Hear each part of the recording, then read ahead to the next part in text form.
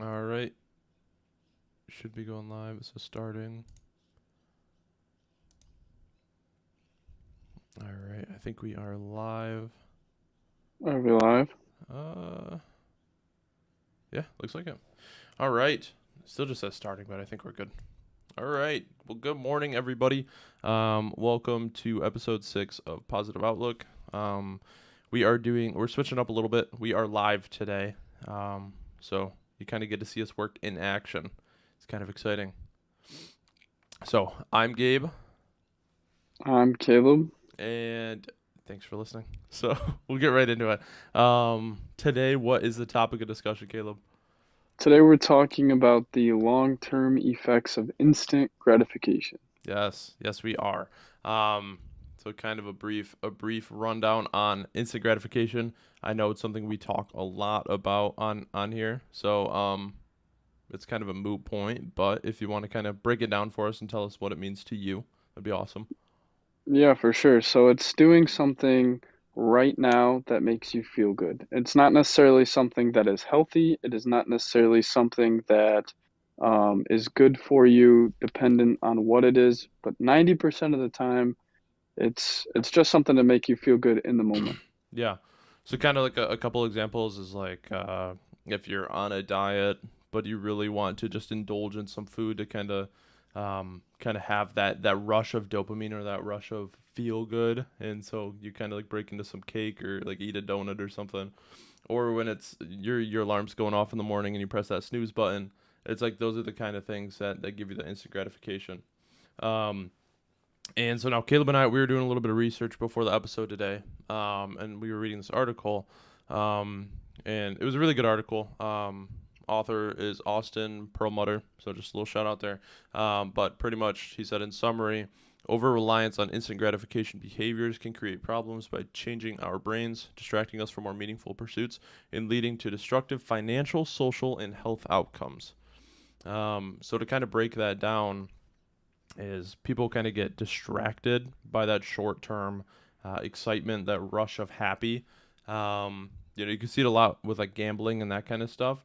It's like I just Hmm. like when that light lights up, or I like pressing that button and hoping something comes my way.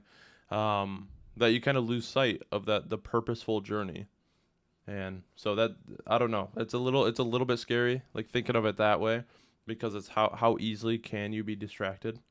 Um, but yeah, it's Well, it's definitely interesting. another thing Another thing about instant gratification is it is addicting. It's one of those things, the more you do it, the more you're gonna feel good from it Mm-hmm. and then want to keep doing it. And it really does help you lose sight of all the things that matter. If you talk to anyone when they were kids versus adults, you can kind of gauge where they're at in terms of instant gratification simply Mm-hmm. based on what they wanted to do when they grew up Mm-hmm. and where they're at now. Um, and sure, like some kids wanted to be like a pirate or something, Yeah. but for the most part, you can kind of gauge like um their what happened to them because there's people who wanted to, change the world and end up settling for a job that they know they could end up in a better place than they did, or, you know, Yeah. just just things like that, which would we can kind of segue that into the marshmallow study. Yeah. Go ahead. Explain the marshmallow study a little bit because you just told me about that and that's pretty interesting. So. All right, so for anyone that doesn't know, the marshmallow study was done by Rochester University. And so what they did was they selected a group of kids. I don't know the exact size of the study case, but so what they did is they took the kids into a room. There was a marshmallow on the table. They told the kids, listen, if you wait here for 15 minutes and you don't eat the marshmallow, you get a second marshmallow. But if you eat it, you don't get a second marshmallow. So then they let the kids sit there in front of the marshmallow, leave the room for 15 minutes. Meanwhile, they're watching them on the cameras, of course, so they can, Right. see how long kids can wait and that kind of stuff. And so when they came back in, I don't know the percentages. What I was reading, it didn't tell me the exact percentages, but it said that the kids that ate the first marshmallow ended up, they followed these children for 40 years. That's a long study. That is, yeah. Um, they followed them for 40 years, and the kids who could wait for the second marshmallow had higher SAT scores. They got into better universities, and they ended up with higher paying careers compared to the kids who ate the marshmallows right off the bat. Which is crazy. Like, just to think about, it's the difference between eating a marshmallow and just letting it sit there. Um, I don't know, but I know you also tied in some kind of uh attributes to the kids who took the marshmallows' lives. Or Yeah, not, they didn't take the marshmallows' lives. They ate the marshmallows. Marshmallows aren't. Sorry, guys. It's early this morning, so that's just it's a very funny way to put it. But go ahead. Yeah, yeah. If you want to explain that. rest, just have a moment of silence for the marshmallows. Yeah. They sacrifice themselves for science. That's so funny. No, yeah, so I was actually doing a research project in English class on this study, and they found out that a lot of the kids who ate the marshmallow right off the bat actually came from lower income areas and had some sort of rough life situation at home that caused them to have a lot less trust than the kids who could wait for the marshmallow, which makes sense because if someone you don't know comes in and says, "Here's food now," or "You can wait and I promise you I'll give you food later." Mhm. If you already have distrust built and you're already more skeptical to things, you're gonna want to take that marshmallow now. So Right. that is sort of one thing that doesn't make the study 100% accurate, Mhm. but in the most basic terms, if you just simply compare the kids who could wait versus the kids who couldn't, Yeah. um, the effects kind of tell themselves. Yeah. Um, I know that it can be, it is tough in a world where like really nothing is promised. It's kind of difficult to forfeit something now in return for something later, because what if it never comes later, then you get nothing. But also if you indulge now, then you get nothing later. So Absolutely. it's like where's the payoff there? Where does it come in to benefit you? So it can be really hard to see that fine line, but there's a level of like self-discipline that you have to implement there, that's definitely going to boost your overall production and allow you to see that long-term pursuit. And Well, and you need to have trust in a process. You yeah, don't know for sure. You haven't experienced yourself that this process works. right. You've been told it works by doctors or scientists or people who have done it before or whatever, Yeah. but there's no like 100% ways for someone to tell you if you do this, it will 100% work out for you. And so that's kind of the similar Yeah. aspect to waiting for that marshmallow. Yeah. And I think a really easy topic to tie in instant gratification is with fitness. Um, because it is like, it is very um, black and white when it comes to fitness. It's like you either indulge in the high calorie foods that are bad for you, and have all those empty calories, or you eat a salad with chicken and protein in it. And so it's like one gives you that instant like that's delicious and that feel good, or the other one gives you like that mental high of like I'm doing something good for myself. um and so I guess if you can find a way to get that instant gratification out of doing stuff that benefits you and making yourself proud along the way, kind of building up those bricks to build your big wall, then it kind of becomes an easier path. Because I think a lot of people are aware of what instant gratification is. A lot of people know that it's something they shouldn't be chasing, but they don't know why they don't have to, or they don't know why they should stop because it's still working for them today. Like a lot of people our age, um, Hmm. because the long term effects won't kick in until you're like mid 30s to 40.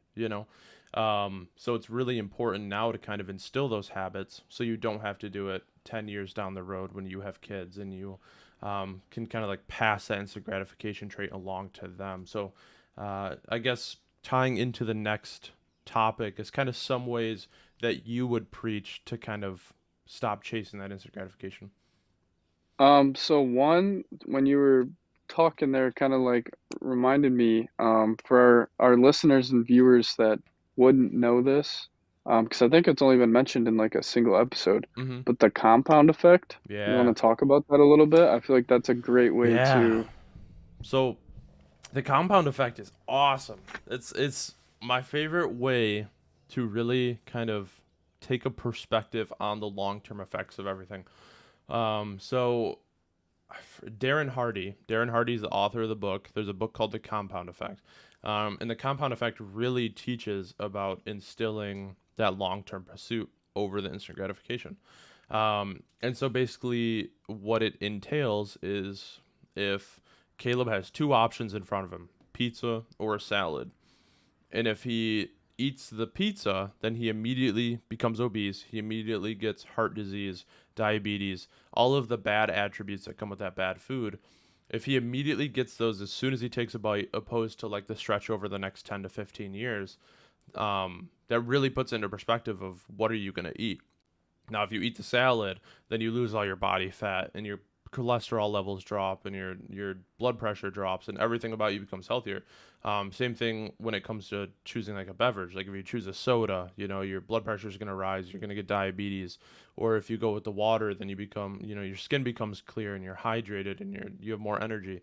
And so it's like those instant effects. Like if you stay up late one night and then you have, you know, memory loss, grogginess, fogginess all the time. It's like whichever path you choose becomes permanent with your single decision in the moment. You have to start thinking about things like that because that's what it's going to be.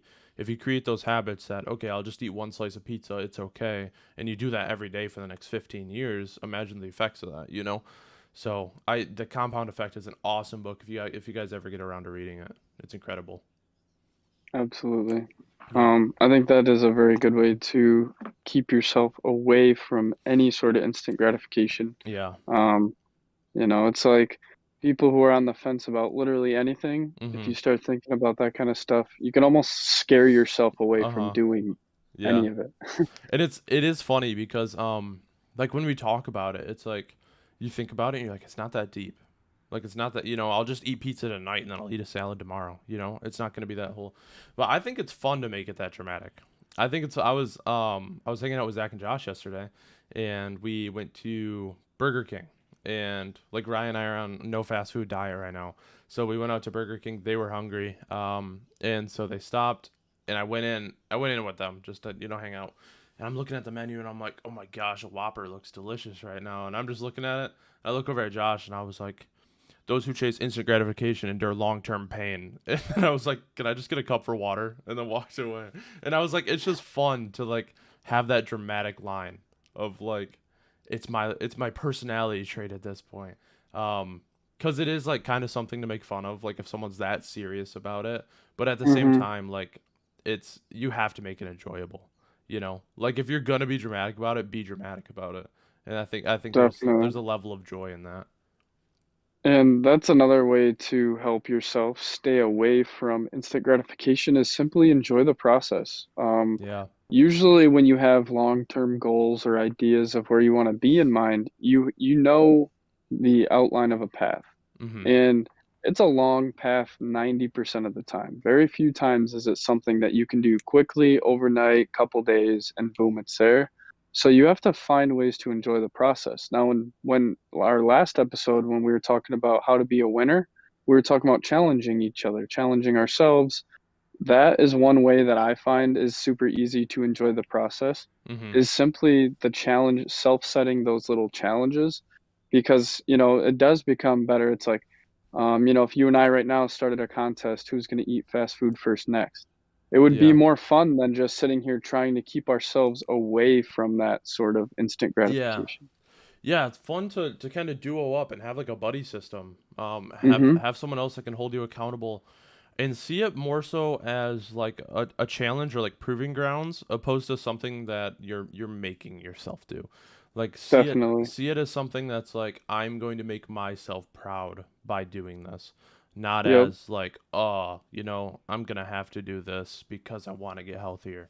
It's Right. not. It's just shifting your mind. It's Mhm. huge. I mean, it's Yeah. huge. Yeah, changing your perspective on it is I remember reading or I actually watched a video on The people who try to attack challenges and viewed them as like something I'm going to do to make myself proud, opposed to I'm going to do this because I need some change in my life. So I'm not making my choice to do this. I have to do this. And so when you can alter it and make it your own choice to kind of attack these challenges and do these things that push you, I think the success rate was like over 70% of a difference, which is crazy. Um, that was one thing. So I went to a conference last weekend Mm-hmm. and it was for my sales job. And so the way my sales job is set up is I basically I get like a little crash course in how to do it, how Yeah. to do the pitch, and then we get to create our own schedules. And so we were in the conference room and someone asked, they were like, "So what do you do when you're, not very motivated to set up your own schedule?" Yeah. And the girl that was talking, she was a very experienced salesperson, and she was just like, one way to do it is to just change your perspective and think about it more as like this is your own, like business because you get to set your own schedule. Right. Like just shift your mindset. And they just had all sorts of little ways to like shift your mindset into this or that, make you more comfortable with certain things. That's And cool. it really doesn't take much. All you got Right. to do is look around for a new perspective to have on something Mm-hmm. and just start thinking that way every day, you Right. know? It takes consistency. It really does. Mm-hmm. Um, because it's not just gonna happen the one time, you know. But once you get comfortable in that new groove and you kind of build the footsteps for you to kind of walk that path each time, then it does become almost second nature to you, and it feels awesome. Exactly. Mm-hmm. So, but that also goes the other way. If you make those comfortable footsteps with instant gratification, you're always gonna walk that path. So Exactly. it's gonna be And tough at first, but one of the last like bits of advice that I would say for the instant gratification is out of sight, out of mind. It's a very simple one, but it's as simple as if you're on a diet and you go and buy the junk food and you're sitting there knowing that it's in your cupboard waiting for you. mm-hmm. It's almost gonna be calling your name. Yeah. If you just don't buy it in the first place, it's not gonna tempt you. It's Right. really not. It's you might have times where you're like, man, I wish I had some, but the fact that you don't have some, you're not going to be able to break. You don't Yeah. have to test yourself every single time. You might as well make it a little easier on yourself by not having that temptation Mm-hmm. because you're already, going for that change. And so there's already going to be, Yeah. reasons or excuses to just give up. Yeah. No, that's a great point. Because there's also then if you really decide to break and you're like, I'm gonna go to the store and pick up a soda, just something that's like I'm gonna go to the gas station. The trip up to the gas station, you have so much time to talk yourself out of it, and that's what Hmm. you have to do. Like there's just like this battle on two fronts that are always there, and it's like, but I want soda, and the other one's like, you're fat. So it's like these butting heads, but um yeah, no, And it is definitely, it's more than just like physical health too, yeah, like yeah, financial is a huge one. It's yeah. so easy to just blow money to, keep up with everyone I or know. to, There was there it's was crazy. there was a good one I read is like a lot more people take loans out on vehicles like nowadays in our generation because of that instant gratification. They don't have the time or they don't want to take the time to save up money just to purchase a car outright. They want to take that Exactly. high interest loan where they ended up buying the car over twice. And And so, I've actually had a lot of arguments with people because I really like to talk about how you should spend in cash for a car, mhm, and I get, scolded for saying things like that mhm, because, well, you don't know their situation. There's more maintenance that comes with lower cost vehicles, and yeah, yeah, no, you're not totally wrong, but there's still a lot of excuses, and it's still better to pay for a car problem than to be paying for a car you bought 20 years ago still, you yeah, know? right, right, yeah. All right. Well, so for instant gratification and the long-term effects of it, is there anything else you want to add to today's episode? Yeah, just guys, keep in mind the future, okay? Every decision you make, every single one has some sort of effect on the person you're becoming, the person you want to be. So just make it dramatic. That would be Yes. a good quote for them in this episode. Make it Make it dramatic. dramatic. I love it. I love it. Make it dramatic, guys. as always, I hope you guys enjoyed our episode. And until next time, Happy Monday. happy Monday. See you guys. Bye.